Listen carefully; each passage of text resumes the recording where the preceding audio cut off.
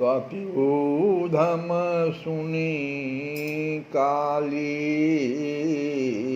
डरयो। भगवान जब काली नाग के हृदय में ऊधम करने लगे तो वह निकला अपने बिल में से विष कसाय जल घोल तरंगा तामह कृष्ण खेल बहुरंगा।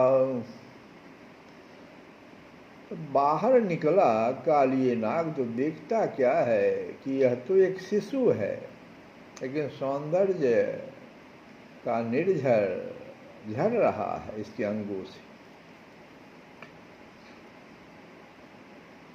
कुछ देर के लिए उसका भाव जो है थोड़ा सा बदला, लेकिन जैसे फिर तमोगुण आया फिर तो उसका भाव बदल गया। आसुरी संपदा से जैसे उसका हृदय भरा, शुभ भावना मिट गई और वह जो है काली नाग जो है बहुत ही क्रोध में भरकर, और कहा क्या, पहले तो देखा, क्या देखा, इतना कर लेने पर भी शिशु की आंखों में भय का लेस नहीं है।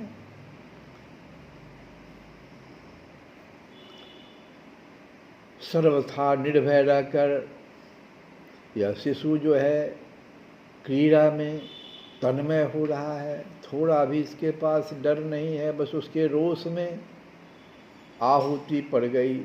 क्रोध की अग्नि धक धक कर जल उठी, अपने आप उसके सभी फन ऊपर उठ गए। उसके जलते हुए श्वास से हृदय धूमिल हो उठा, मुख से प्राणहारी विष की धारा बह चली और इस भयंकर वेश में वह श्री कृष्ण चंद्र को काट खाने के लिए दौड़ चला। वह नहीं जानता किसकी ओर, किसे भस्म करने के उद्देश्य से जा रहा है, वह जान ही कैसे सकता है। ताकों कह जाने यह नीच, ताकों कह जाने यह नीच, लोचन भरे महातम कीच। उसकी आंख में तो आसुरी संपदा भरी हुई थी, तो कैसे वह जान सकता था। वह नीच प्राणी कैसे जानेगा ईश्वर को। वह तो क्या, कोई भी इस वेश में जो आसुरी शक्ति से भर जाएगा तो कोई भी इस नील सुंदर को देखकर पहचान ही नहीं सकता। वे अपने अनंत ऐश्वर्य को सर्वथा किनारे रखकर मुग्ध बाल्य लीला विहार में तन्मय जो हो रहे हैं। बिहरत विभु अपने रस रंग,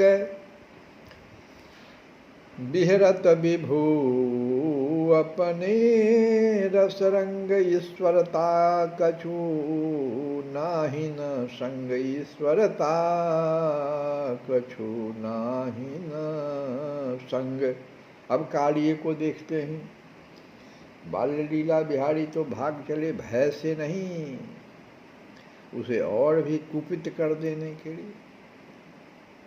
बाएं दाहिने मुड़ते हुए हंस हंस कर जल पीटते हुए भागे जा रहे हैं तथा उनके पीछे अपनी संपूर्ण शक्ति लगाकर कालिए दौड़ रहा है।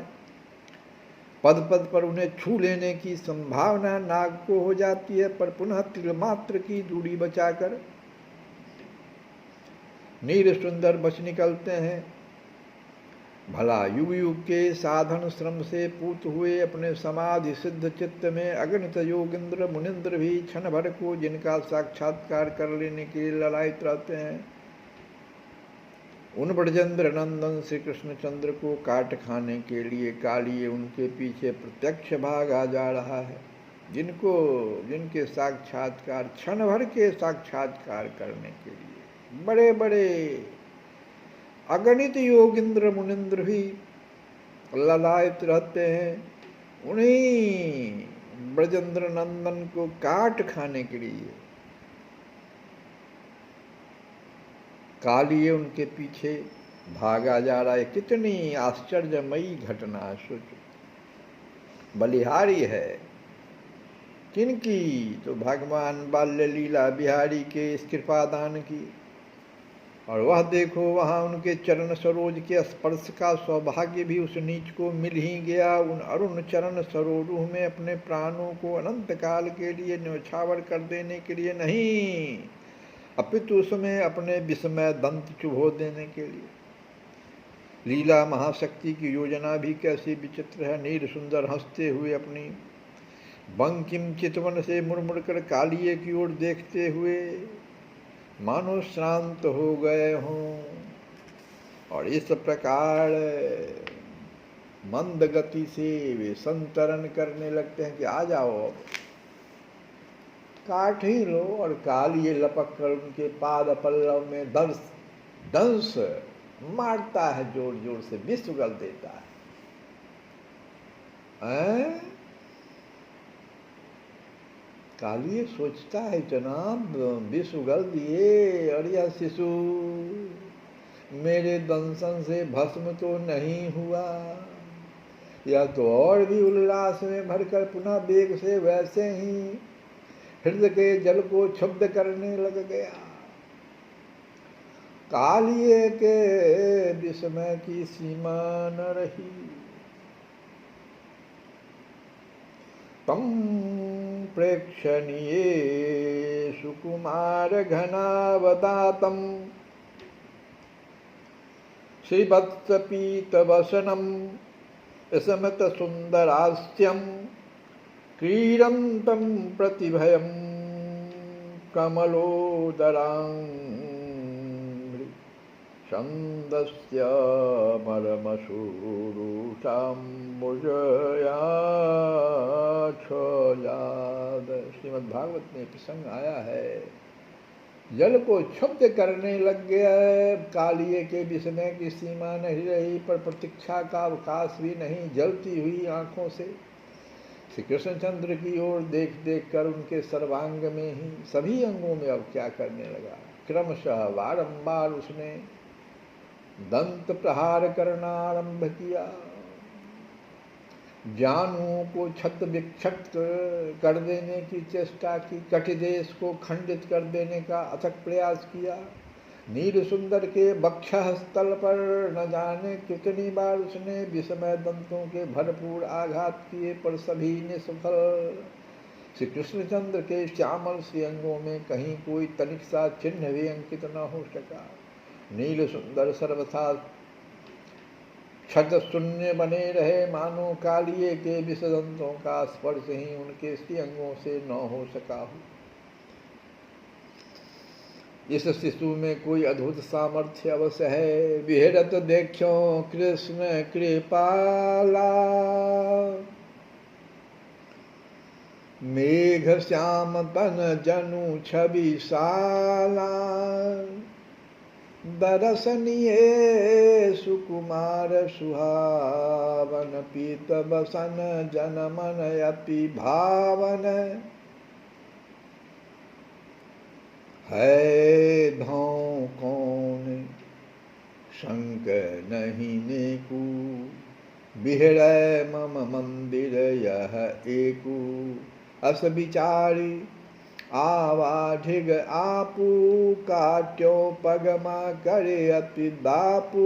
प्रभु तन लपट गयो सब अंगा, महाक्रूर मद मत भुवंगा। कालिए की लाल लाल आंखों में निराशा की एक छाया सी आई, पर अभी तो उसका हृदय शत सहस्त्र गर्भ पर्वतों से परिपूर्ण है। इतने से ही वह हार स्वीकार कर ले, यह तो असंभव है। इसलिए सवार क्रोध की भट्ठी सी फूट पड़ी। बड़े वेग से कालिए झपटा और अपनी अतिशय लंबी देह से ब्रजेंद्र नंदन के अंगों को लपेट कर उन्हें चूर्ण विचूर्ण कर देने के उद्देश्य से भिड़ पड़ा। तब देखते देखते सचमुच इस बार श्री कृष्णचंद्र कालिए के उस अत्यंत विशाल देह से स्वयं ही पैरों से ग्रीवा तक विस्तृत हो गए। उन्हें अपनी कुंडली में लपेट कर कालिए नील सुंदर के मुख सरोज से किंचित दूर अपने फन फैलाए हुए रोष भरी दृष्टि से उनकी ओर देख रहा है और वे कुछ भी प्रतिकार नहीं कर रहे हैं। इधर मानो क्षणों में ही इतनी घटना घटित हो गई। तट पर अवस्थित गोप शिशुओं ने यही अनुभव किया। हमारे कन्नू भैया उतुंग कदम्ब से कूदे, एक बार आधे क्षण के लिए पतन के बेगबस जल के भीतर चले गए, पर तुरंत ही ऊपर उठाए उद्याम जल विहार में संलग्न हो गए। इतना उड़ो देखा, वह अत्यंत भयंकर कालिए भी बाहर निकला। उनके पीछे वह भी दौड़ने लगा। अरे हाय रे, वह फनों से हमारे कन्नू को मार रहा है, पर नहीं, हमारा कन्नू तो हंस रहा है। नहीं, हाय रे हाय, कन्नू भैया को तो उसने कुंडली में लपेट लिया। इतनी बातें वे बालक कुछ क्षणों में ही देख गए। सारी घटनाएं कुछ क्षणों में ही हो गई। किंतु जब नील सुंदर कालिए कुंडली में विस्तृत हो गए, तब उनके प्राण स्थिर रह सके, यह भी कभी संभव है? इसलिए एक साथ अगणित कंठों के चित्कार से समस्त तट नाजित हो उठा। सारे बच्चे जोर जोर से चीखने लगे, हाय रे मेरा कन्नू। काप्यंत करुण आर्तनाद सुदूर वन प्रांतरों के कनकन में गूंज उठा, और फिर सर्वत्र ही एक क्षण की गंभीर नीरवता छा गई, क्योंकि उन शिशुओं के बाहर आते हुए प्राणों ने जब देख लिया कि नील सुंदर कुंडली बंधन में निश्चेष्ट हो गए, तब वे भी सदा के लिए सो जाने के उद्देश्य से तत्क्षण ही मूर्छा में विलीन हो गए। वहीं तट पर ही जहाँ अवस्थित थे, वे असंख्य शिशु भी गिरकर निष्पन्द हो गए। केवल वे ही नहीं, सन्निकटवर्ती ब्रजपुर के वयस्क गोप जो चित्कार सुनकर दौड़ आए थे, वे भी ब्रजेंद्र नंदन को नागबंधन में बंधा देखकर एक साथ गिर पड़े। आंखें फाड़ कर वे एक क्षण तो नंदन को उस अवस्था में देख सके, किंतु वह से वेदना उनके हृदय के लिए असह हो गई। उस चिंता का भार उनका मस्तिष्क वहन न कर सका। नंदन के बिना हमें जीवित रहना होगा, इस भय से प्राण अभिभूत हो गए, और इन सबों ने मिलकर उनकी बुद्धि का संतुलन नष्ट कर दिया। बस संभालने की शक्ति समाप्त हो गई, और समयोचित कर्तव्य की ओर बढ़ने से पूर्व वे वयस्क गोप भी शिशुओं के समान ही अचेत हो गए, तथा यह सर्वथा स्वाभाविक ही है। श्री कृष्णचंद्र के अतिरिक्त इनकी अन्य कोई साध जो नहीं है। इनका सर्वस्व समर्पित है एकमात्र श्री कृष्णचंद्र के लिए। श्री कृष्ण सुख के लिए ही इनकी समस्त चेष्टाएं हैं। इनका सौहार्द है एकमात्र श्री कृष्णचंद्र के प्रति। इनके अन्य सुहृदों के प्रति भी जो इनका स्नेह है, वह है सर्वथा श्री कृष्णचंद्र के निमित्त से। इनके धन है केवल श्री कृष्णचंद्र। इनका लौकिक धन भी है केवल श्री कृष्ण सेवा की सामग्री। और जो वयस्क हैं, उन्होंने भी दार परिग्रह अपने इंद्रिय सुख के लिए नहीं किया। ये तो एकमात्र श्री कृष्ण की सेना के उपकरण एकमात्र श्री कृष्ण की सेवा के उपकरण एकत्र किए हैं उन्होंने। इनमें अन्य कोई इच्छा नहीं, वासना नहीं। वहाँ उन सब के मन में केवल विशुद्ध अभिलाषा है। नील सुंदर सुखी हों। किंतु जब वे ब्रजराज नंदन ही उनकी दृष्टि के सामने महागौर विषधर कालिए के बंधन में आकर स्पंदहीन निम्लित नेत्र शांत हो गए हैं, उन्हें छोड़कर चले गए दिख रहे हैं, तब फिर वे क्यों रहें? सकल अंग अहि लपट्यो देख,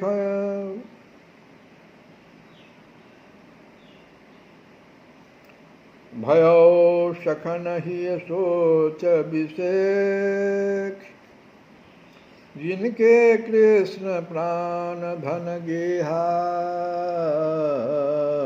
सुत कलत्र सोए परिजन देहा, अपर न प्रिय जिन कह संसारू, एक कृष्ण बिनु सकल असारू, भय मूढ़ बुद्धि विकल, तन मन सुधि गए भूले, गिरे भूमि पर तुरित सब को तिनके समतूली, मूर्छि पड़े ठां ठां सब ऐसे, मूर्छि पड़े ठां ठां सब ऐसे, सुंदर तरु बिन मूल ही जैसे, सुंदर तरु बिन मूल ही जैसे।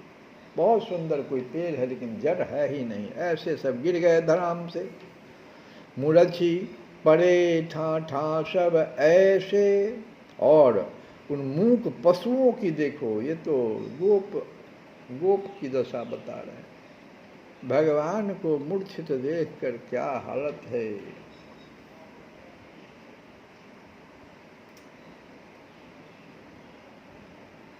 कृष्ण अर्पितात्म सुहृदय अर्थ कलत्र काम,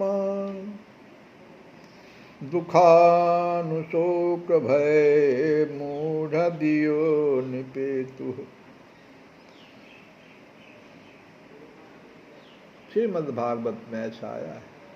अरे उन मूक पशुओं की देखो, जो गोवत्स वृष महिषी की क्या दशा हुई। गोवत्स वृष महिषों की, इसे वास्तव में कौन जान सकता है। उनके पास वैसी वाणी तो नहीं जिसके द्वारा वे अपने हृदय की पीड़ा यथावत व्यक्त कर सकें, पर वे जिस आर्त स्वर में डकारने लगते हैं। मूक पशु भी जोर जोर से डकारने लगे। वह प्राणों की व्यथा से पूर्णतया सन कर बाहर आया है, यह तो नितांत स्पष्ट है ही। निश्चित रूप से अपने पालक नील सुंदर को इस विपन्न अवस्था में देखकर उनके प्राण भी रो रहे हैं। इसके प्रमाण हैं उनके नेत्र, उनकी भीति भरी आंखें लगी है नागबंधन में बंधे हुए ब्रजेंद्र नंदन की ओर, तथा उनसे अनर्गल अश्रु प्रवाह बहता जा रहा है। ये मूक पशु की हालत है। और तो क्या, इस करुण चित्कार को सुनकर अब देखो, उस जंगल में अरण्य के जितने भी पशु थे, मृग मृगी आदि भी एकत्रित हो गए हैं, वे भी रो रहे हैं। अरे विहंगमों का, जितने भी चिड़िया वगैरह, उसका समूह तक आर्त स्वर में कोलाहल कर रहा है, मानो सचमुच ही ब्रजपुर के स्थावर जंगम जीवों के समस्त सुखों का अवसान हो गया हो। गाओ वृषावत्सतरयः क्रन्दमाना सुदुःखिता, कृष्णे न्यस्ते क्षणाभीता रुदत्यैव तस्थळे। श्रीमद्भागवत। धेनुवत्स वृष जाति करहि शब्द करुणा सहित, जनु रोवहि बहुभांति देखि नाथ क्रीड़ा रहित। जुड़े धेनु के वृंद संघट आवई, करे नाद कौं फेरि हुंकारी धावई। मृगी आदि पक्षी भय शोककारी, लखं जीव संसार के बेसुखारी। तो ये जो वहाँ की जो स्थिति है काहे नहीं होगी, क्योंकि गोविंद जय जय गोपाल जय जय, गोविंद जय जय गोपाल जय जय। गोपी जनों गोप वालों की जय जय, गोपी जनों गोप वालों की जय जय। कान्हा की काली कमलिया की जय जय, कान्हा की काली कमलिया की जय जय।